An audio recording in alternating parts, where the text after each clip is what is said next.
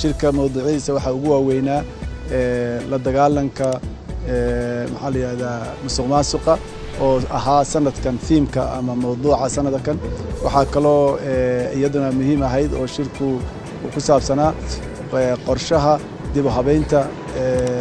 midowga Afrika sidii lagu gaari lahaa hiigsiga 2063 Afrika inay dadkeedu noqoto kuwa ku nool bashbashi barwaaqo marka madaxweynuhu arrimahaas oo dhan buu ka qayb galay oo hadal ka jeediyay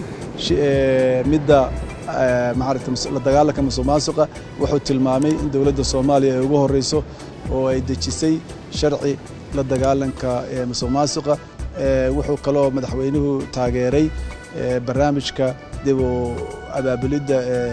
ururka midowga Afrika barnaamijkaas oo hogaaminayo madaxweynaha Rwanda Paul Kagame oo haddana ah gudoomiyaha ururka midowga Afrika sanadkan madaxweynaha wuxuu la kulmay madax badan oo dalalka ay ugu horeeyaan kuwa dalalka geeska Afrika sida ra'iisul wasaaraha Ethiopia madaxweynaha Djibouti madaxweynaha Uganda madaxweynaha Suudaan iyo madax kale wuxuu kaloo la kulmay madaxweynuhu xogeyaha guud ee jamciyadda quruumaha ka dhaxaysa wuxuu la kulmay madaxda European Unionka nin commissioner ugu waaweyn mid kamid ah wuxuu la kulmay madax kale oo adduunka ah shirka waxa ka soo baxay waxa la ansixiyay go'aamadii